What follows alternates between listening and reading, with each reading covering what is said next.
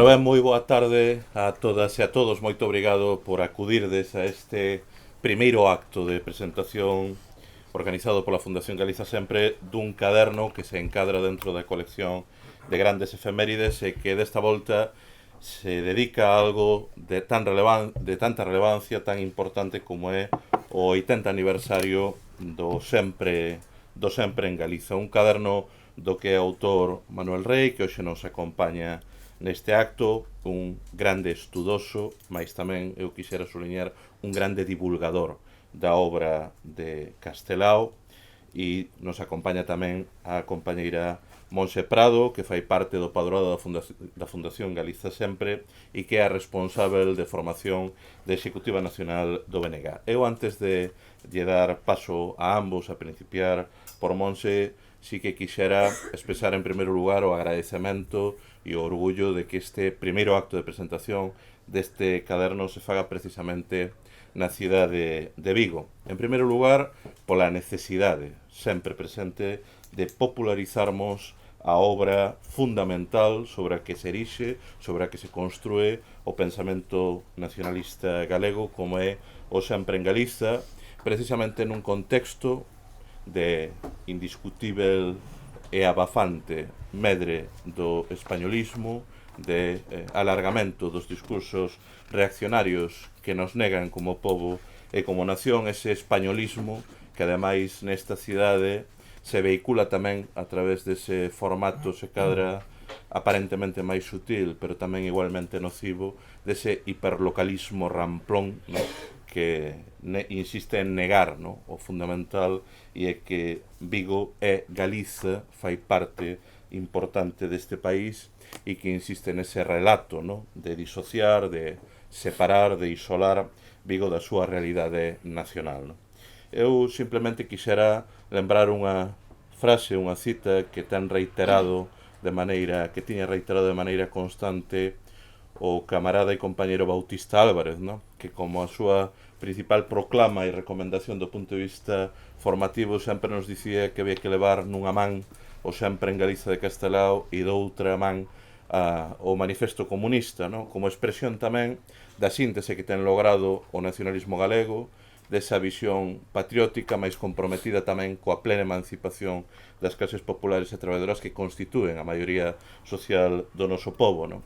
E acertaba, para variar, o camarada Bautista cando invocaba a necesidade de ler e de estudarmos o Sempre en Galiza na medida en que nel se sintetizan os elementos centrais que definen o noso pensamento político, os elementos centrais que definen o proxecto de transformación que representa o nacionalismo no noso país, ¿no?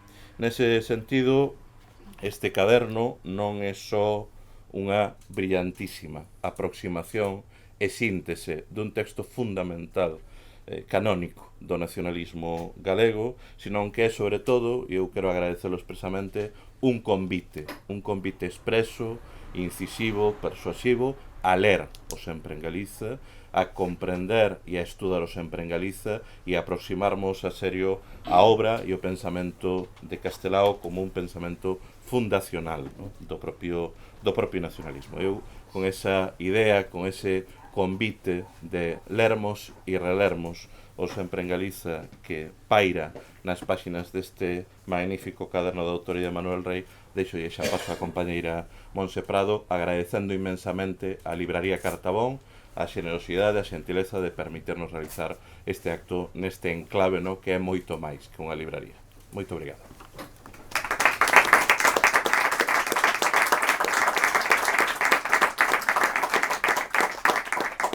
Pois moi boa tarde e noite. Eu empezo por onde rematou Xavier, que evidentemente agradecendo a Librería Cartabón este acollemento que sempre fai e facer unha presentación rodeadas de libros. A verdade é que é sempre moi agradable, non?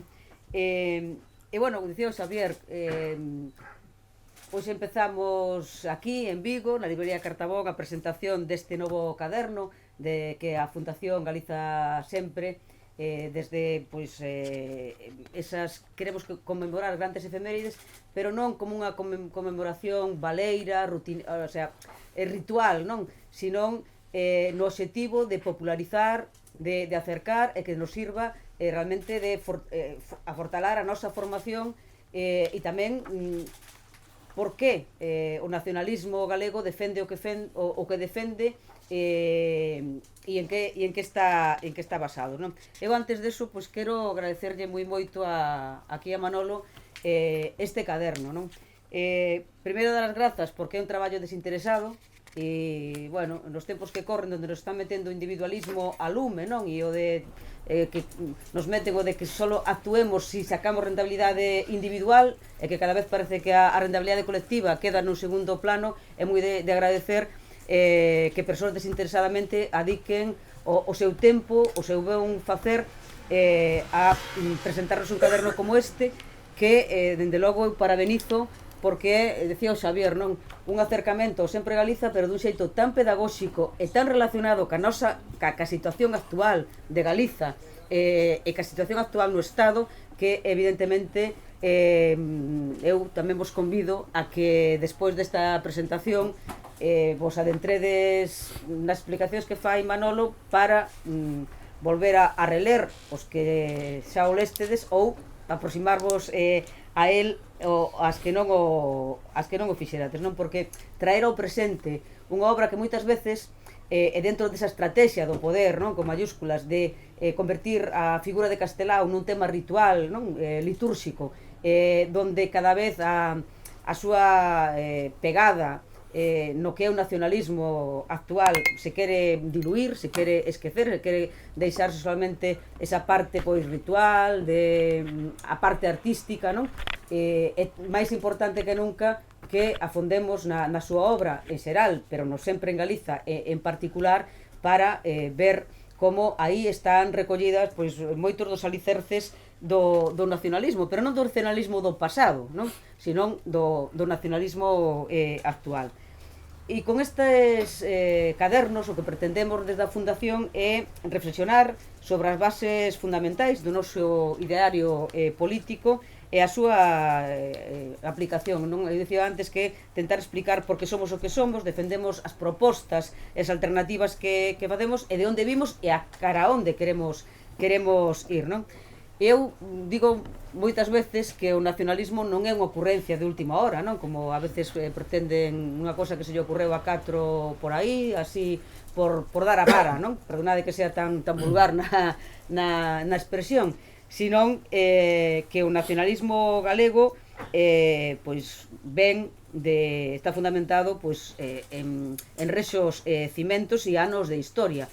Podemos falar daquel regionalismo, podemos ir atrás, pero as Irmandades da Fala, o Partido Galeguista, que se declararon nacionalistas porque fixeron análise de cal era o problema que tiña Galiza, cal era a inserción de Galiza dentro do Estado español e por que os nosos problemas non se iban a solucionar en tanto como nación, a definición de nación, a definición da necesidade da soberanía para resolver os nosos problemas, non? En función da análise que xa aquela altura tiñan feito de ese papel colonial que nos tiña deseñado o que é o goberno español, non?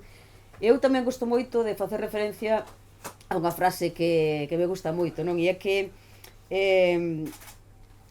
leiro unha vez e tamén repito que hai tres tipos de persoas, non? As que se preguntan que pasou, as que miran que as cousas pasan ou as que están ali para que as cousas pasen.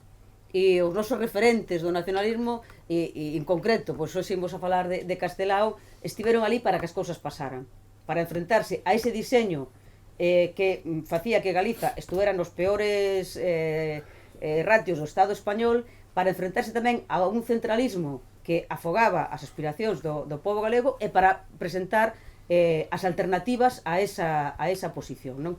E con esta obra eu non vou falar do Sempre en Galiza, que para iso temos aquí o do caderno, pero sí que o que quixo un pouco Castelao foi facer un auténtico testamento xeracional, non?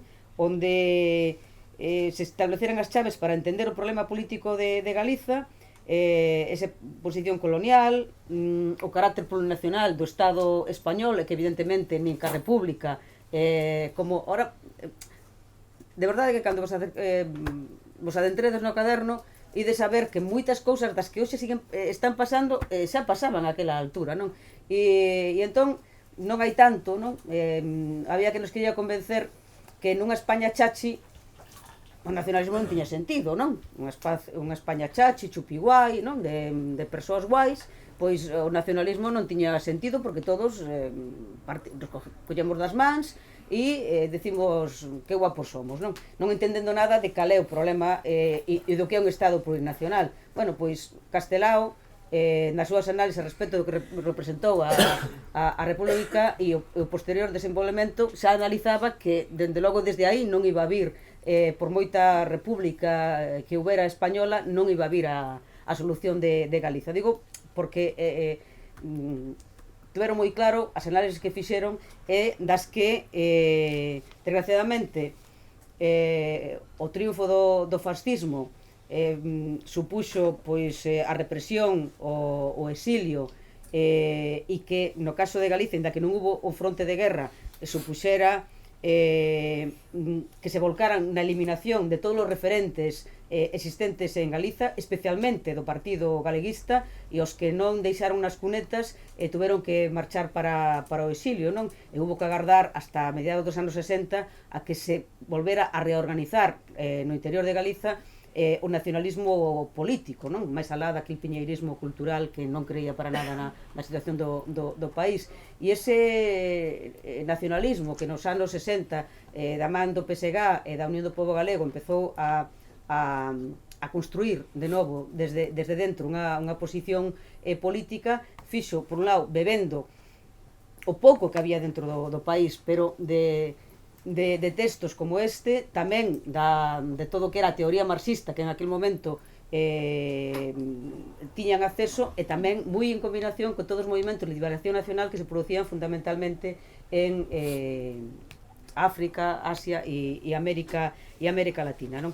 E eu vou xa ir rematando. O que quería decirvos con isto é que a historia do nacionalismo ten unha constante, non? E que nesta obra Culmen, que é referencial para o nacionalismo galego, pero non como algo ideologicista e estático e de repetición, sino como as claves para adaptar a cada momento e facer as lecturas que correspondan en cada momento, pero sempre tuvo unha constante que foi ter claro que Galiza é unha nación, a condición de dependencia colonial e a profunda convicción que só desde nós mesmas é posible superar esa condición, non? Que non é posible construir a soberanía en beneficio das clases populares anclados sobre quen son os responsables desta situación de Galiza. Un Estado centralista que nega esa existencia da plurinacionalidade e que froito deso e do principio de autoorganización que logo vai a fondar Manolo, foi que o nacionalismo actual contemporáneo, basándose en eso, foi construindo elementos de autodefensa e autoorganización do país. Podemos falar desde aquele incipiente SOC que logo dou na CIGA, podemos falar das comisións labregas, podemos falar de ERGA, podemos falar da NPG, de ADEGA, logo de Galiza Nova, é dicir, desde ese convencimento que xa ven desde as teorizacións como a de Castelao, de que é necesario autoorganizarse e autoorganizar o pobo galego para avanzar cara á soberanía nacional. E esa convicción foi a que fixo que se fixera todo ese traballo, a que cristalizara o que hoxe é o BNG, non como un elemento para nada de ruptura co pasado, sino de continuidade dese traballo, actualizando, non? E facendo as análisis no contexto nos que nos toca vivir. Evidentemente, Castelao escribeu o Sempre Galiza nun contexto determinado, nun momento histórico determinado, de unha dictadura, nun contexto de Segunda Guerra Mundial, nun contexto tamén esperanzados de que o triunfo dos aliados na Segunda Guerra Mundial significara o fin do fascismo, que infelizmente non pasou, é que a reconstrucción do nacionalismo fixo un análise de cal era en ese momento a situación do país e reafirmándose en que o avance da soberanía, a autoorganización e a loita contra os elementos que a día de hoxe pois siguen actuando nas mesmas claves e que fai os que creemos que a nosa nación ten potencialidades e que creemos que esas potencialidades necesitan de poder político para sacalas adiante, pois temos que seguir a construir esa nación que queremos, non? Eu, polo tanto, deixo vos xa con Manolo e de verdade que parabéns, porque moitas veces usa a palabra pedagóxico, didáctico, pero desta vez sí que este caderno fai un enorme labor de ir tresacando parágrafos concretos do Sempre en Galiza que nos facilitan esa análise e a partir desa análise adentrarnos na lectura do libro. E xa te deixo.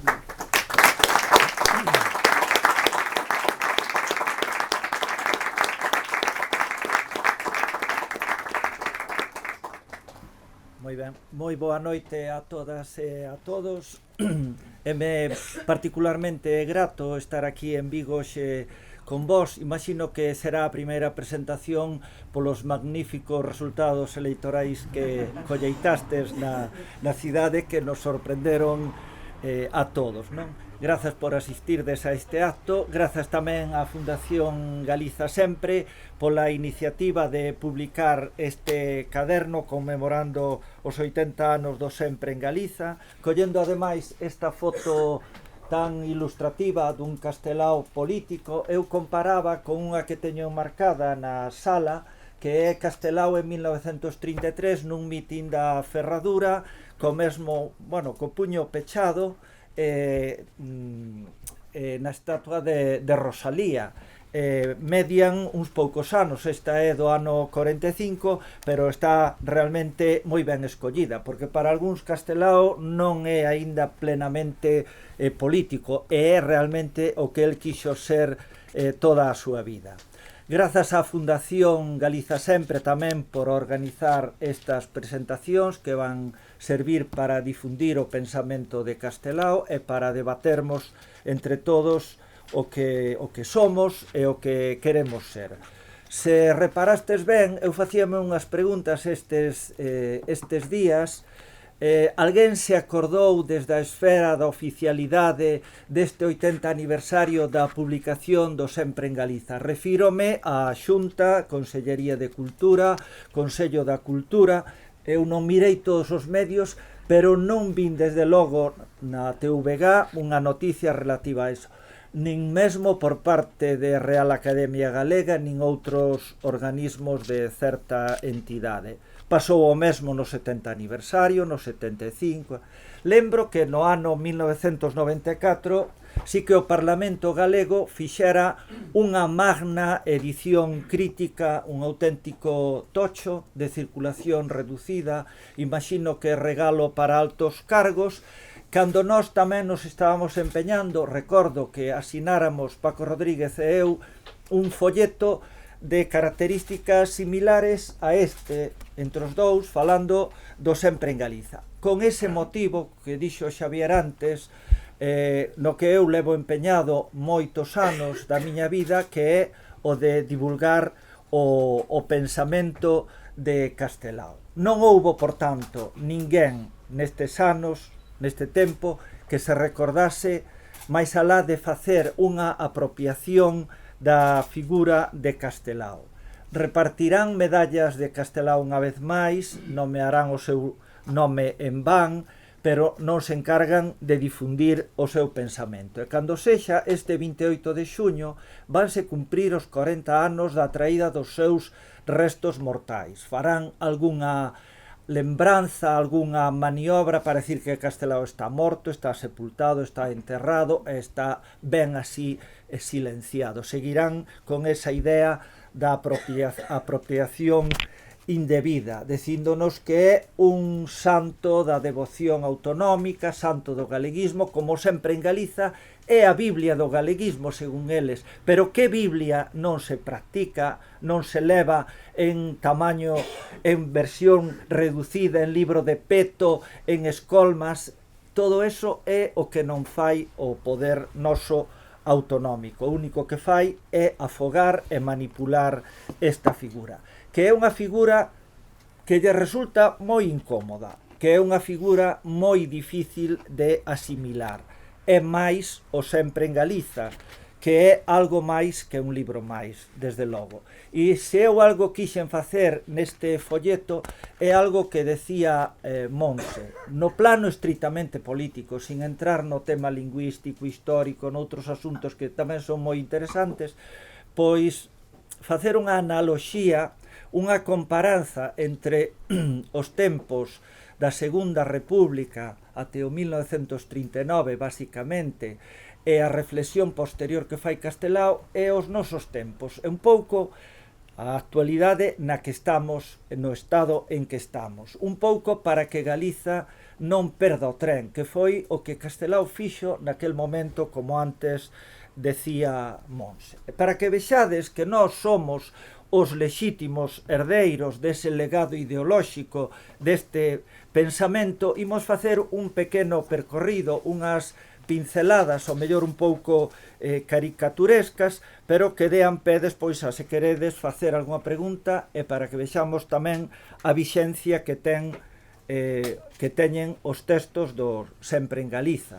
Lóxicamente, debe ser lido contextualizando, entendendo que hai cousas que se refiren a aquel momento e que hai que entendelas así, que hoxe non terían actualidade, pero outras, as que Castelao quixo deixarnos como ese legado ideolóxico, esas sí que teñen. A empezar pola personalidade, polo que nós somos, a definición de Galiza como nación, non? Unha comunidade estável, formada históricamente nun territorio determinado, cunha lingua propia, cunha vida económica peculiar, cuns hábitos psicolóxicos reflectidos nunha comunidade de cultura, forma unha nación. Castelao apela á definición, unha definición que el considera materialista, tamén por unha razón moi clara, unha definición exenta de metafísicas, de cuestións etéreas, que é a definición de Stalin.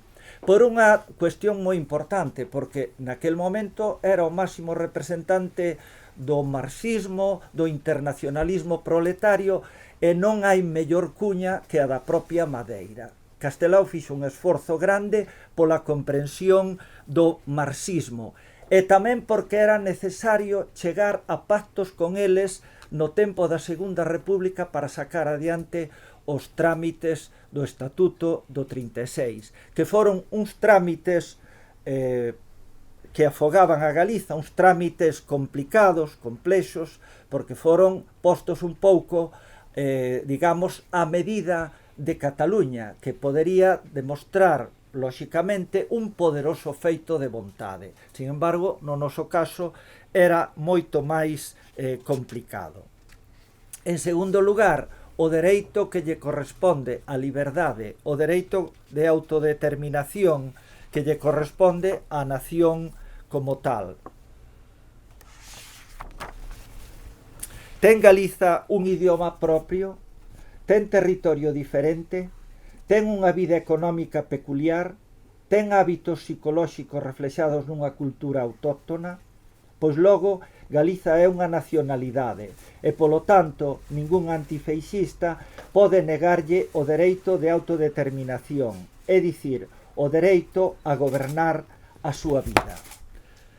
Naquel momento, a Constitución da República, os republicanos que nun momento prometeron unha Constitución federal, despois optaron pola República Federável, é dicir, unha Constitución que podría facer cesións e conceder estatutos de autonomía, o que Castelao considera unha farsa, tal e como podedes comprobar na lectura deste caderno. Castelao defende o dereito de autodeterminación como a postura maximalista e invítanos a todos os galegos a que defendamos ese obxectivo. O Estatuto de Autonomía é un medio, un recurso para modernizar e para avanzar. E, ademais, foi importantísimo porque abreu a porta á autonomía. Ou quedar de brazos cruzados e non facer política, ou participar na política nese momento e presentar un estatuto que nos textos foise rebaixando no seu articulado, que foi sometido a unha serie de exixencias tremendas, pero que foron salvadas, para non quedar atrás de Cataluña ou de Euskadi. A respecto desa postura, el di: cando un galego se decata das realidades do seu país e chega a sentirse fillo dunha nación privada de liberdade, debe defender a posición maximalista que acabamos de esbozar, pois se Galiza é unha terra diferente, ten dereito a ser existente. É unha de dúas: ou negamos o carácter nacional da nosa terra ou temos que defender os seus dereitos.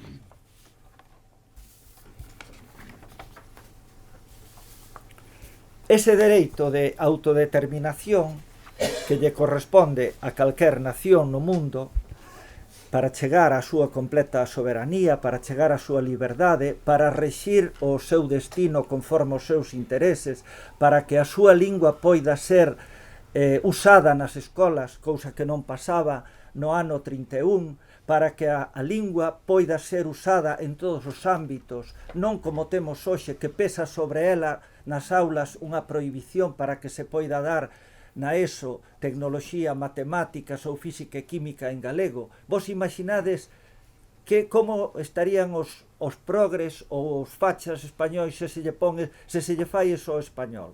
Pois eso é o que está pasando. Ou desenvolver a nosa vida económica conforme os nosos intereses, ou ter unhas balanzas fiscais que nos resultan favorables e non ter que escoitar que vivimos da caridade do Estado e subsidiados. Non? Para o exercicio da autodeterminación só caben dúas vías, di Castelao: a federación ou a independencia. E ambas as dúas son lexítimas. A respecto da primeira, da federación, Castelao pon unha serie de condicionantes claros para establecer, para chegarmos ao pacto. O recoñecemento previo das nacións, o principio das nacións como bo internacionalista que é, toda a federación é a resultante diel dun pacto que non pode celebrarse cando as partes non teñen personalidade e liberdade para pactaren. Personalidade, recoñecer a nación, o principio das nacións, e a liberdade para pactaren. E ademais, ninguén pode exercer a patria potestade e a tutela neste proceso. Ten que ser un proceso feito en pé de igualdade, igual que se fan outras relacións de tipo humano. Non pode haber subordinacións. E iso é realmente o momento crucial que naquel momento non deron solventado e que hoxe en día tamén resulta un atranco. Non se acepta ben o carácter plurinacional do Estado español, malamente porque necesitan pactar as forzas chamadas progresistas, xa non digamos as outras. E non se recoñece tampouco, ou se recoñece non se admite públicamente a personalidade, que Galiza é unha nación, ou que outras son nacións tamén. Di Castelao, sen que quede marxe a dúbida, unha nación é soberana e ten dereito a organizarse autonómicamente sen máis límites que os derivados do respeto ao igual dereito das demais nacionalidades. A nación ten dereito a federarse con outras e a separarse da federación cando lle conviñer. Unha nacionalidade, pois, ten dereito incluso a constituirse en Estado independente. Desde logo, é unha concepción nada descafeinada do federalismo. E é unha concepción que dista moito de que alguén o poida facer pasar, por eso que decíamos antes, por un santo da autonomía. No? O obxectivo é a autodeterminación. Outra cousa é que na política práctica se acepte facer política táctica. Pasos adiante, que eso sí, e eso é na vía na que nos estamos. Desde logo, deste esquema, deste esquelete ideolóxico que el tracexou no libro primeiro, redactado nos tempos da Segunda República e durante a guerra, fixo unha reformulación posterior no libro segundo, porque o Sempre en Galiza é como unha estrutura, un edificio en andares que se vai facendo pouco a pouco. É unha versión, digamos, unha reflexión analítica máis crítica, máis radicalizada, podemos decirlo así, desa experiencia da Segunda República, da que eu quería que sacásemos esa lección para os nosos tempos, non? Relativa aos trámites do estatuto e a esa política de pactos, non? O que nos ven a decir Castelao, despois de pasar todas as que el pasou, de escoitar todo o que escoitou, de facer todo o que fixo, cun grande sacrificio, esforzo de patriotismo que supón esos sacrificios importantes na vida dunha persoa, dinos que temos que manter unha postura de firmeza, unha postura de, dirías en termos do feminismo, de empoderamento, se queremos ser respetados e se queremos que os demais nos teñan en consideración. E hai unha cita aquí xa para ir acabando que é clarísima, que demostra que ele estaba farto realmente de todos aqueles farsantes que eran moitos republicanos que sempre tiñan que falar en nome da España ao final única e indivisible. Di Castelao na páxina 153 do Sempre en Galiza: eu dígovos que os galegos só impoñeremos respeto cando se nos considere capaces de tronzar os vínculos que nos unen a España, e cando nós mesmos aprendamos a vivir con absoluta independencia dos españois. Eu dígovos que os republicanos victoriosos intentarían, despois da guerra, negarnos o estatuto autonómico e teríamos que loitar duro para conquerilo. E teño moitas razóns para estas sospeitas, fundadas, todas elas, no coñecemento dos homes da República e na súa teima unitaria e centralista. E conste que tal convicción non me causa ningún prazer, porque somentes ante un separador me podo eu sentir separatista. Creo que esta é unha das leccións máis claras que el nos deixa. Creo que podedes apreciar perfectamente a vixencia do pensamento de Castelao, se é que nós hoxendía non seguimos compartindo un pouco estas ideas e se non seguimos considerando exemplar, modélica e avanzada a súa entrega. Decía eu antes, patriótica, concepción patriótica. El, cando se presentou o libro en Buenos Aires, fíxoselle unha magna homenaxe ali, un banquete con máis de 1500 persoas, ali xa se empezou a falar de Biblia, todo. El pronunciou unhas palabras e dixo: ideolóxicamente eu non son máis que un patriota galego. E efectivamente, ser un patriota galego, igual que un patriota cubano de calquera sitio, un Martí, etcétera, etcétera, supón, estou pensando nunha cita de Martí, sacrificios importantes, asumir sacrificios. El sufriu un desterro con Lerroux e sufriu un exilio e todo eso o levou perfectamente e deixounos este legado. En segundo lugar, creo que é unha concepción tamén modélica de internacionalista. As patrias teñen que ter concordia, fraternidade. E non se pode usar os lemas da Revolución Francesa como se está usando agora aquí, igualdade, igualdade. Vos preguntadevos pola igualdade, todos. Pregúntense as mulleres pola igualdade, pregúntense as nacións pola igualdade, ou preguntémonos nós, no caso da nosa lingua, pola igualdade e por outras cousas. Esta palabra que se enche a boca ao Partido Popular. Un internacionalista antiimperialista, son os lemas do Partido Galeguista desde 1931, federalismo, antiimperialismo e pacifismo.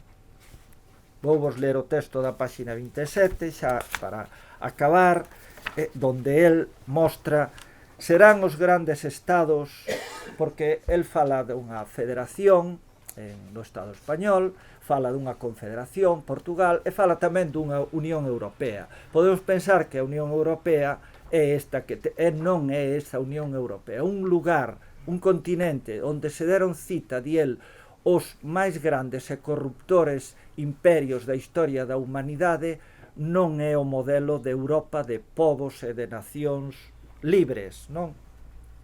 Serán os grandes estados unitarios e imperialistas a forma definitiva das sociedades humanas. Estes estados formáronse por acumulación de vellas comunidades nacionais sistemáticamente torturadas para chegaren a unha aparente homoxeneidade. Os grandes estados xogaron un papel necesario na evolución do mundo, pero serían no futuro a rémora do progreso, e a súa sobrevivencia só serviría para desviar o destino ascendente dos homes. Así, o home sinxelo cree que o mundo novo vai xurdir das ruínas dos grandes estados unitarios.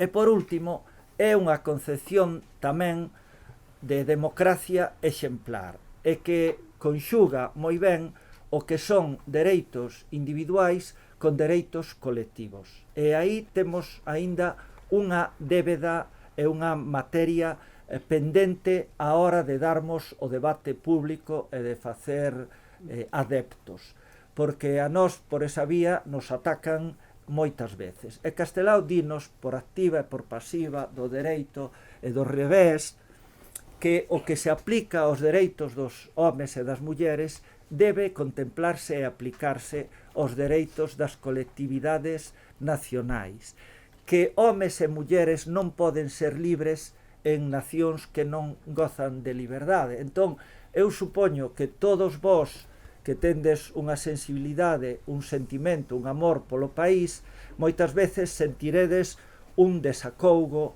un afriximento, unha idea de sentirvos estranxeiros na propia patria, é realmente por eso, por esta falta de liberdade e de democracia, non? Entón, el chega a decir que non haberá no Estado español unha verdadeira democracia mentres non se contemple esa estrutura plurinacional e non se camiñe. Nesa vía estamos. Nesa vía algúns están negociando forte. Cataluña está pedindo o cupo.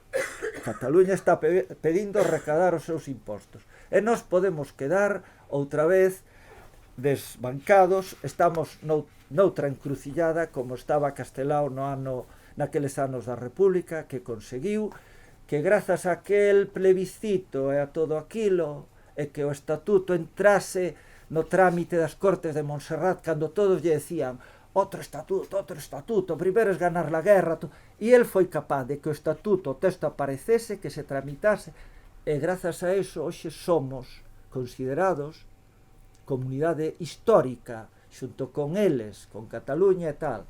Sempre nos consideran menos. Nós temos que ser fortes electoralmente, e o que decía Monse antes e Xavier, autoorganización a todos os niveis, no mundo sindical, no mundo da cultura, nos seareiros deportivos, nos medios de comunicación propios. Se temos esa fortaleza, que era o que nos decían os analistas nestas eleccións, non é que o BNG vese nos povos, vese nas vilas, non é que ten isto, ten outro tal. Fomos capaces de resistir crises e seremos capaces de ganar fortalezas que neste momento mellor non temos, como nunhas eleccións xerais ou noutras cousas. Autoorganización é a clave. Quero acabar xa sin máis neste punto, coa autoorganización.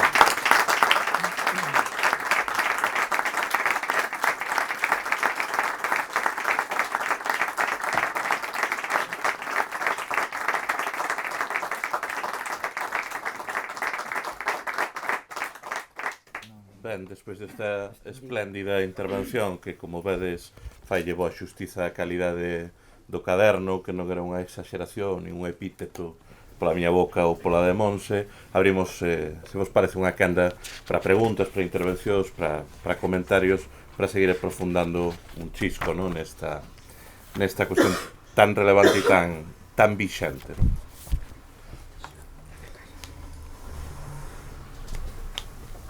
Dale, yo.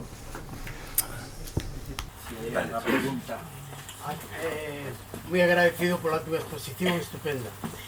Hai unha cita que dixeche agora fai un rato, de Castelao, na páxina 151. Eu teño aquí o Sempre en Galicia, do ano 1974. E resulta que me chama a atención, claro, eu cometín aquí un sacrilexio, porque emborrallei bastante, o sea, subrayei en moitos sitios, non? Pero na páxina 151, acaba de dicirte unha cita, era moi famosa del, non? Sí, na miña é 153. Ou 50... 153. Eu, claro, agora non me lembro, pero teño unha chave aberta aquí, debe ser que as coitei moitas veces. Sí. E agora estuve na lenda mentras ti... Esa é unha xoia, eso que testiga. Ela a usaba bastante, non? Esta cita. Home, hai moitas, pero como esta, que deixen todo así tan... que mostren o seu... que lle chegaba o asunto, que deixen todo tan clariño, que non nos poñamos, que nos dediquemos a facer algo forte, o noso, e non andar con debilidades, de posturas minimalistas, de autonomismos, eso xa virá de seu. Se hai que ceder, pero ti cando vas a unha negociación vas con unha postura de peso, non? Hai outra sobre o sistema dos estatutos autonómicos que é ofensiva, que tamén é moi boa, non? E bueno, a ver, en canto o federalismo e todo eso, que tamén o deixa ben claro, aquí non é unha descentralización administrativa, non é o café para todos que temos actualmente, non é unha autoanemia como esta que temos con Feijóo e Rueda, que non impedeu competencias, nin o único que fai é demolición de... O federalismo que nos propugnamos non coincide coa concepción estadounidense, nin co regionalismo pimargaliano, nin co réxime de estatutos establecido pola Constitución do 31. En fin, que non nos deixaremos engaiolar polos políticos españois que sigan falando de España como nación única. E entón, eso é o que... Amén. E nós somos diferentes, somos unha nación máis pequena, ou temos unha cultura tal, ou temos unha literatura, ou temos unha lingua que non fala, pero somos tan respetables como calquera. En ese sentido, hai unha parte que sería interesante analizar para superar eses complexos que temos de inferioridade do colonizado, que di el, cando unha nación, un estado plurinacional se erixen uniformizadora, a súa cultura é superior, a súa civilización é superior, e que foi polo mundo adiante como foi a España, foi así, non?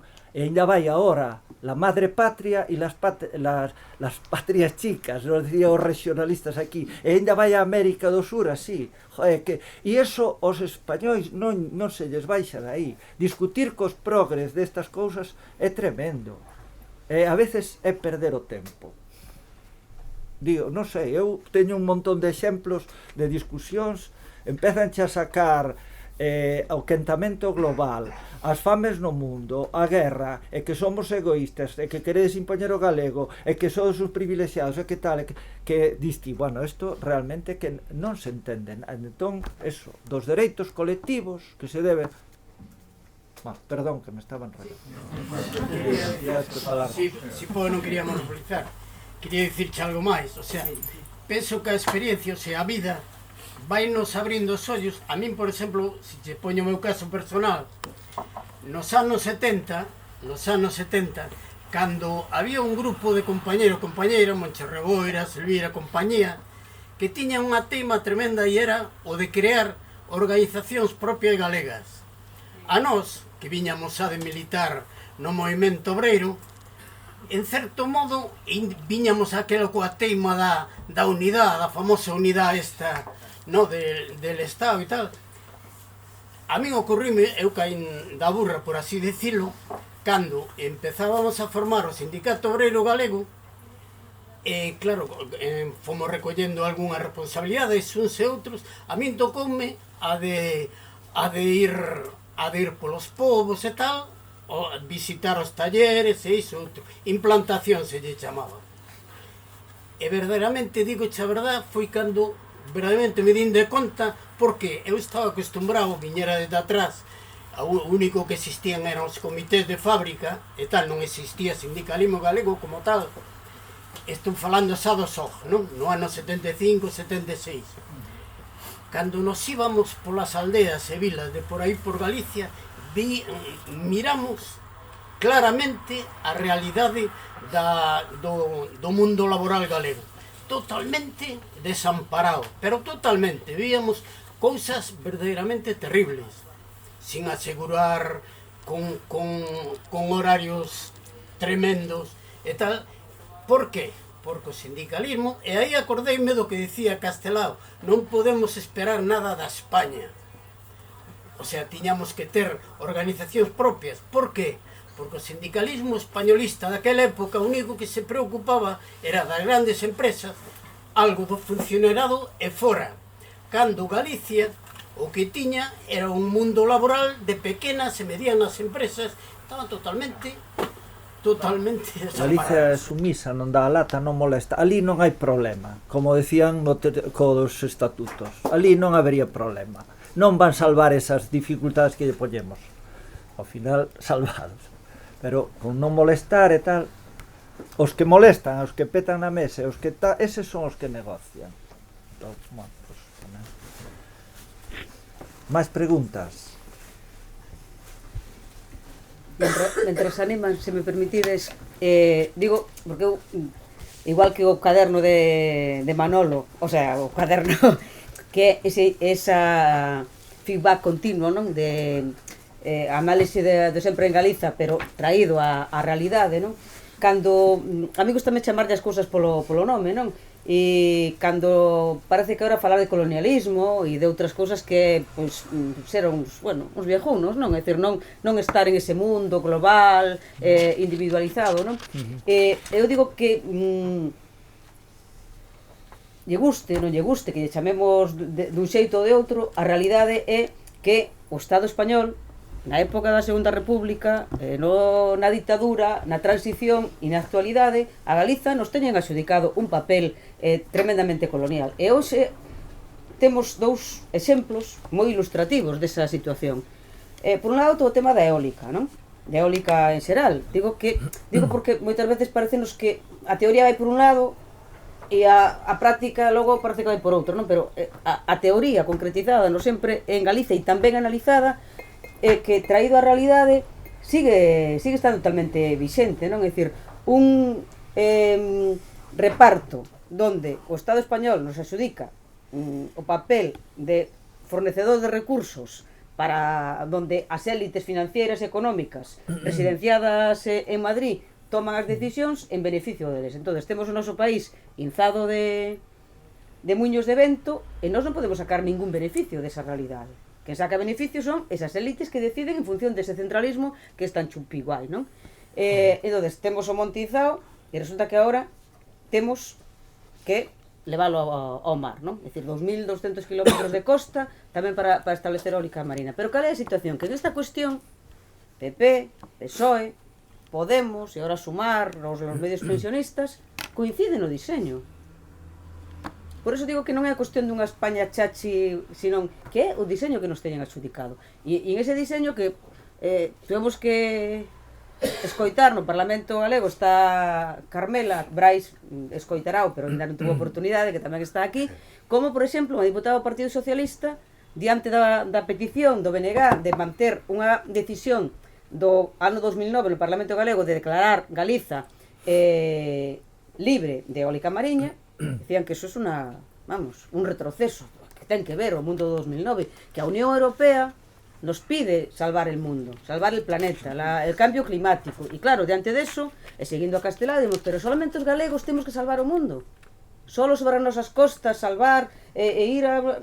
Digo que son cuestións que non son de uns textos que teñamos na estantería e que veneremos como reliquias, sino que nos teñen que servir pois de guía para tal. Ou agora o proxecto de Altri, non? É dicir, un proxecto totalmente de libro, de enclave, de proxecto colonial, onde simplemente van a chuchar e a condicionar o desenvolvemento económico, forestal do país, e que esas mismas élites, en versión PP, PSOE e máis, están a defender frente aos intereses do país. Por eso, eu de verdade que vos recomendo que vos adentredes na lectura, porque non é un ritual, é unhas análisis feitas nun contexto determinado que nós temos que traer a actualidade, máis que eses elementos de análisis son totalmente vixentes, non? E remato unha cuestión que dixo antes Xavier, que a mí tamén me gusta moito de lembrar, de Bautista Álvarez, que tamén deberíamos lerlo un pouquiño máis, de paso, e que decía iso, o sempre Galiza nunha man e o manifesto comunista na outra, pero decía unha cousa máis, decía, sempre por esa orden, sempre por esa orden. E lazo co que decía aquí Manolo de patriotas galegos con elementos de análisis que nos dá o marxismo para entender a nosa realidade, non? E todo eso pois xa estaba evidente, de un xeito moi claro aquí no sempre Galiza. Eu disculpademe se aterraxe na realidade, pero que me parece tan de libro, non? Tan de libro o papel que nos teñen dedicado en tempo presente, que moitas veces estamos no día a día e non analizamos con suficiente contundencia que ese papel, e que xa denunciou aquí Castelao, sigue, pero con unha vixencia total. Ser criadeiro de carne humana para enviar ás Américas, a emigración que hoxe en día seguimos tendo de outra maneira, unido a todo isto que decía Monse ademais, non? Mais. Eu teño entendido, eu estou equivocada, que en algún momento falou de confederación. Sí. Confederación Ibérica, por exemplo. Sí.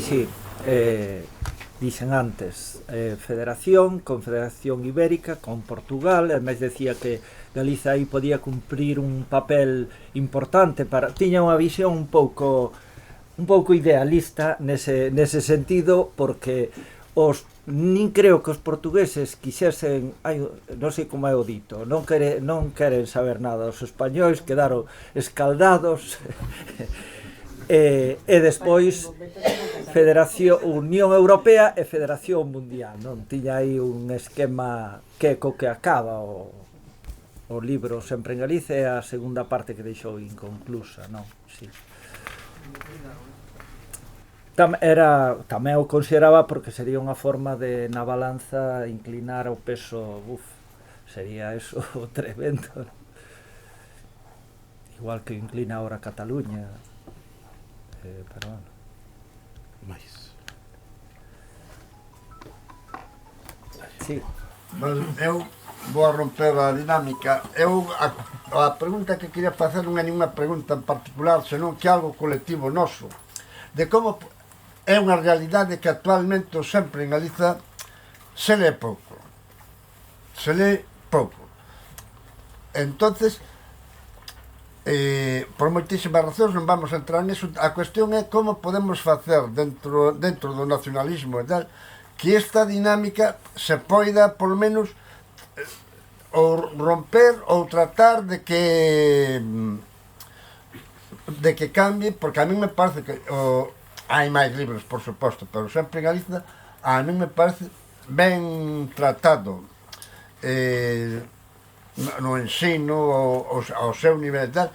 É un libro que eu penso que ainda se lle pode quitar pero moitísimo rendimento a nivel político, ideolóxico e todo, por vamos, eu ainda efectivamente eu coincido co que se dixo aquí, que hai moitas cousas que son todos o da Segunda República e tal, que parecen abstractos, pero hai moitas cousas, as críticas que lle fai ao españolismo se mira hoxe ainda aí, o sea que eu que me pregunto é o seguinte, que en charlas ou, por exemplo, o acto que se vai facer máis parte, o mellor por non sei, decir, bueno, pois sempre que é o aniversario do sempre, claro, eu sei que coincide con a fecha non mala, pero sí, que fixádemos que curiosidade, que o 10 de marzo é o día da clase obreira galega e foi o día que se fixo a primeira edición do Sempre Galiza, pero bueno, se pode enlazar unha cousa que a outra que tamén ten o seu aspecto positivo.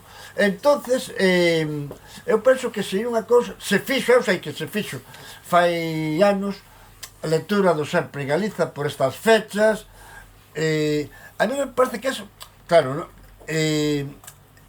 sempre estamos liados con moitísimas cousas, eso é certo, pero hai cousas que eu penso que son prioritarias. Por exemplo, eu non concibo, desde logo, que alguén entre no BNG, eu digo así claramente, eu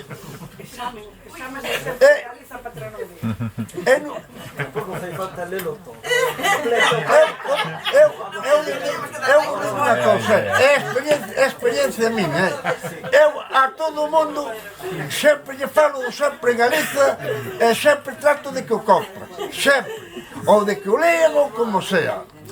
Pero a mí, por exemplo, eso eu recordo cando ligo Sempre Galiza, se era maior, xa tiña 20 e algo de anos, pero eu lin seguido, eu non me pasou como a Robencela, o Robencela, isto leu con 15 anos, o pon aí, con 15 anos, e claro, dicía que ao final que ya era difícil continuar. Bueno, pero que era 15 anos, eu sei que daquela 15 anos non é como hoxe, eu sei daquela aos 15 anos, pero bueno, efectiva, pero eu quero decir, eu lin con tal entusiasmo que non parei, o sea, me refiero, o lin seguido, o sea, todos os días hasta que o acabei, e para mí eu creo que, e para mí vos digo unha cousa, eu cando acabei o Sempre Galiza dixo, eu teño claro, todo, e polo menos hai unha cousa que tiven claro, polo menos hasta agora, e penso que teño, que o treo o resto da miña vida, o de ser patriota galego, se algunha dúda teño, vou ao libro tamén, Ao recordatorio.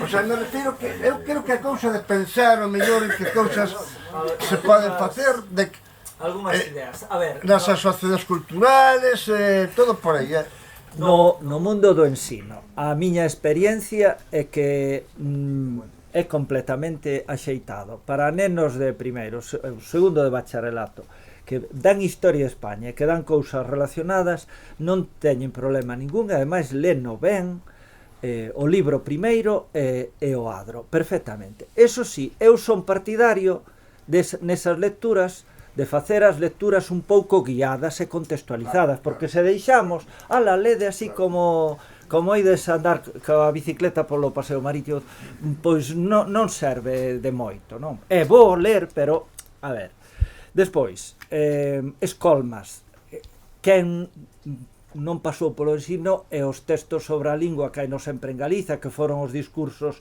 parlamentarios do ano 31-33 del nas constituintes, que non escoitou ou leu algo deso, pois eses textos siguen tendo unha vixencia para analizar a historia da lingua absoluta, e son maravillosos tamén os da súa conferencia Galicia e Valle Inclán que el dera na Habana, un libriño que está así. Eses para analizar a historia do galego é unha maravilla tamén. Entón, habería que facer algún tipo de edición máis axeitada, non? Galaxia e outros por aí, senón temos que facer folletos de... Eu estou na vía dos panfletos e dos folletos, non?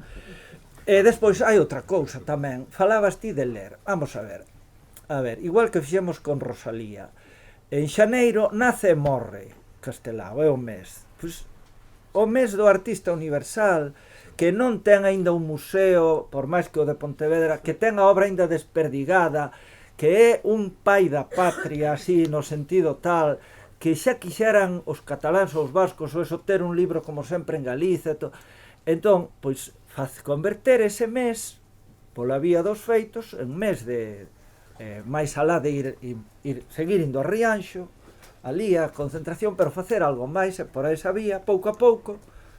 O de Rosalía tamén non era, pero ao final foi. E este, pois, no século XX é unha figura importante, non? Son algunhas ideas prácticas, así, Eu tuve unha experiencia para 5 anos que fomos a Argentina, non? Antes da pandemia, e meu pai é argentino, pero meu pai, o tema este da quinta provincia, que é Buenos Aires, como que non el non viviu iso, porque el naceu na Patagonia, non? E ao ir a Bos Aires, pois eu queríame empapar do centro galego, dos centros galegos e tal. E conseguimos ir bueno, o centro, non é o centro, é donde el fundou o hospital, a Casa de Galicia, non? E aí a mí pasou un detalle porque estaba como edificio medio non en ruínas, non? Pero con andamios, e estaba todo o pasillo con andamios, e a habitación onde morreu el estaba igual que como cando morreu.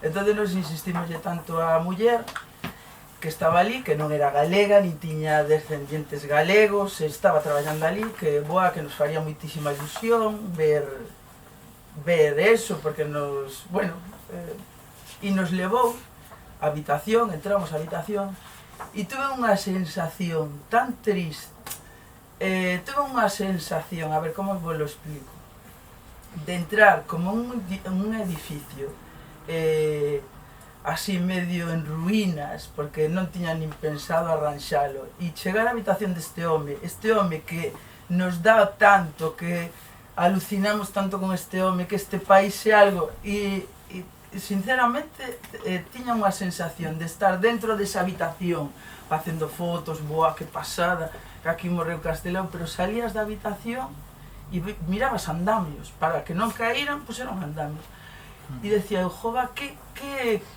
cousa tan, nós que flipamos con este home aquí, e chegas alá e estaba así, o sea, tuvemos unha sensación tan de abandono, e, sabes, despois vimos o cuadro de Marras, ese, que volveu para lá, que a Xunta, non sei, e despois se cando fixo algo por compralo e traerlo para aquí, pero... E entonces era un tema, tú vas a Bos Aires, no?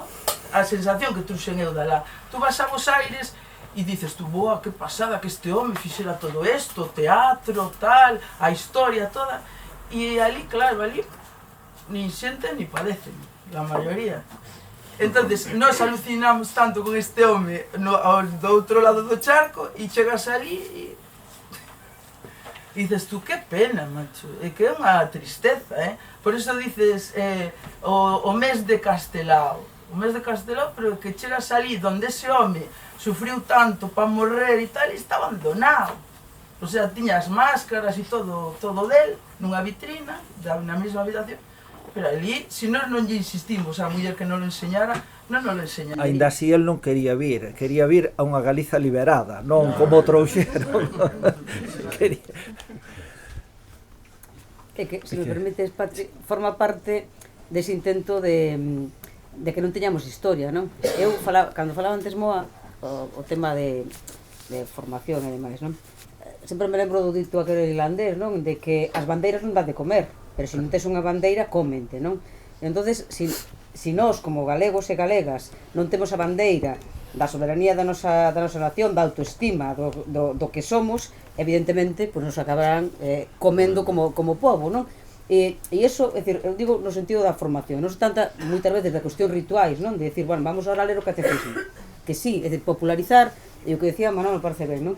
Pero a cuestión é que nós, como nacionalistas, nos rearmemos ideolóxicamente para enfrontarnos á bandeira que nos quere comer, non? E a bandeira que nos quere comer é a negación como pobo, é a bandeira dese centralismo, non? Tan igualitario, de que todos os españoles sean iguais e tal, e se nós non nos rearmamos para ter claro que somos unha nación en base a esa teorización, pero podemos usar outra calquera, que temos, se somos unha nación, temos dereito, o sea, a que se nos recoñezan os dereitos políticos que se deriva da nosa condición de nación.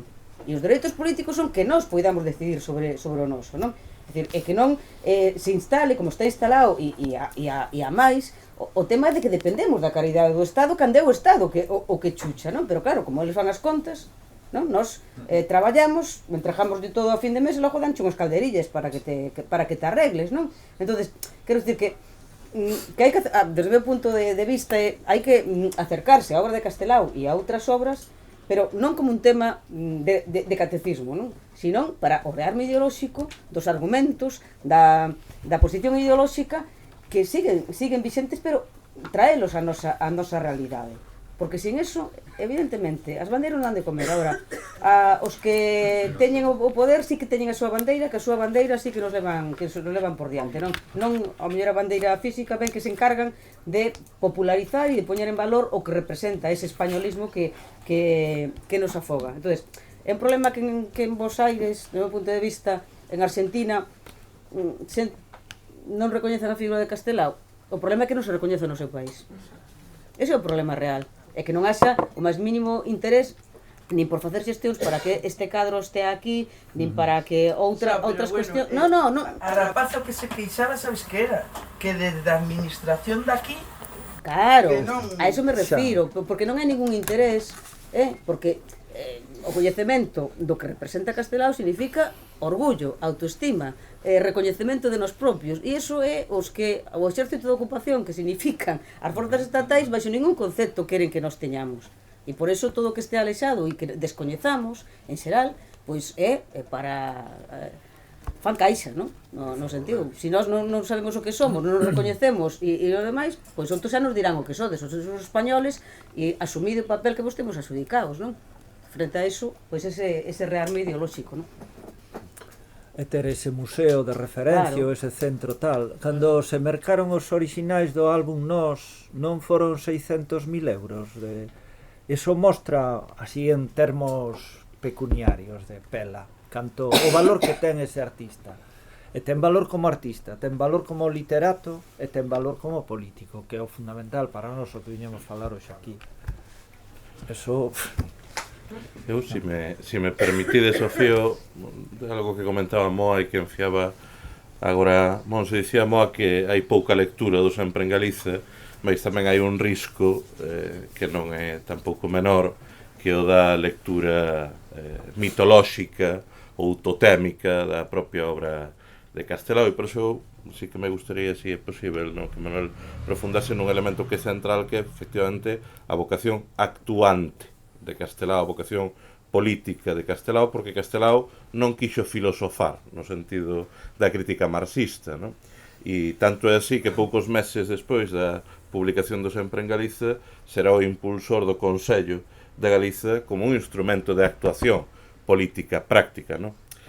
Nunha vertente que eu creo que enfía ben con algunhas cuestións que deslizaba, que deitaba Monse a respecto de que ese obxectivo de máximos que se cifra na autodeterminación e, polo tanto, na construción soberana da nación e que podemos describir políticamente hoxe en termos de horizonte ou de proxecto estratégico, Castelao non o concibía como unha utopía metafísica, non? Nin como unha proclama que quedase ben, como unha ensoñación, non? Romántica a recoller na súa obra, sino que efectivamente era un elemento de obxectivo político no que debera e que debe, a día de hoxe, orientar toda a nosa actuación política práctica, mesmo en termos tácticos, non? Porque efectivamente admitimos que na política práctica hai que despregar táctica, non?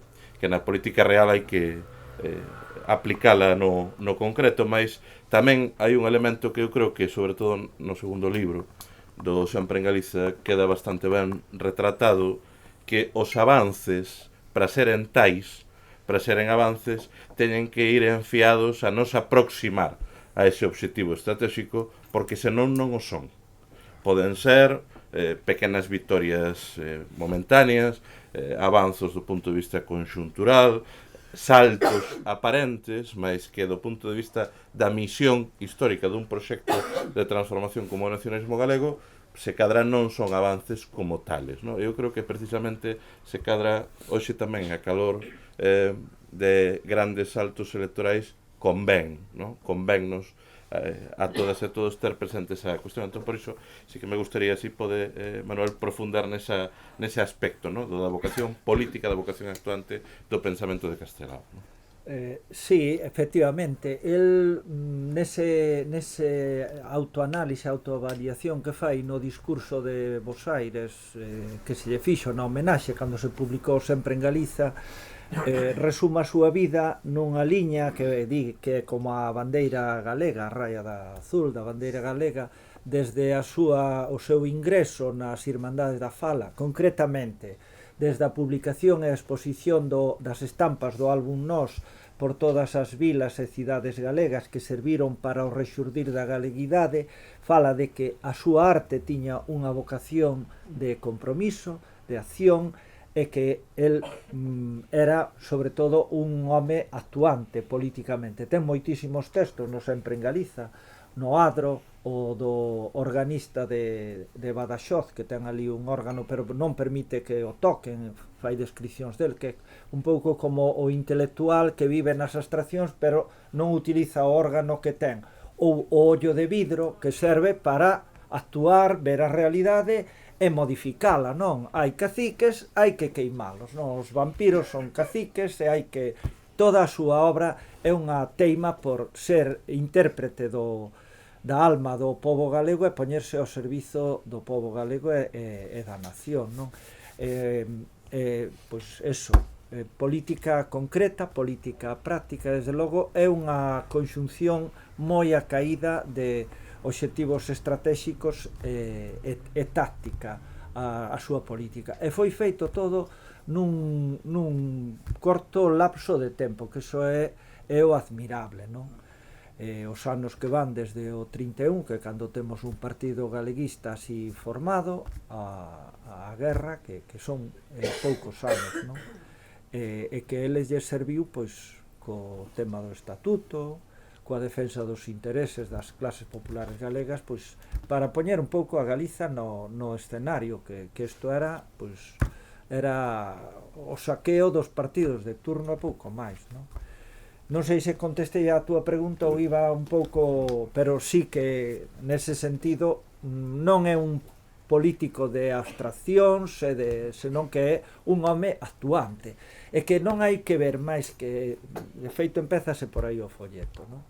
No 39, cando ele embarca no seu periplo de Estados Unidos, Cuba, tal, chega ali, escenifícase, a nosa literatura tería un bache aí tremendo xa, a nosa cultura. Chega a Bos Aires, ponse a fronte, escenifica Os vellos non deben de enamorarse. No 44 publico Sempre en Galiza. Constitúese o Consello de Galiza, ese órgano que pretende manter a legitimidade democrática do 36. No 45 faise a homenaxe esta do cadro a Alexandre Bóveda, o busto e todo eso. E así seguido, es que son anos que dun activismo como os anteriores, non? Esa fase é trepidante. Desde os anos, desde o 31 en diante, é unha acción constante. É un home de acción na política. Acción é que... Acción e teoría, porque ele escribe, vai escribindo. A medida que empeza a sufrir o desterro ou os discursos, todo eso vai... Deixando constancia. Os políticos públicos da hora tedes que escribir tamén máis, os diarios.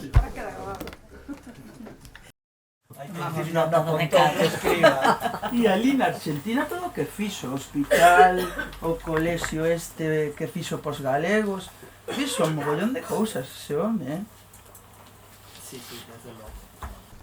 Xa digo. Bueno, se non hai máis cuestións, moito obrigado a todas, a principiar por Manuel, por Monse e a García.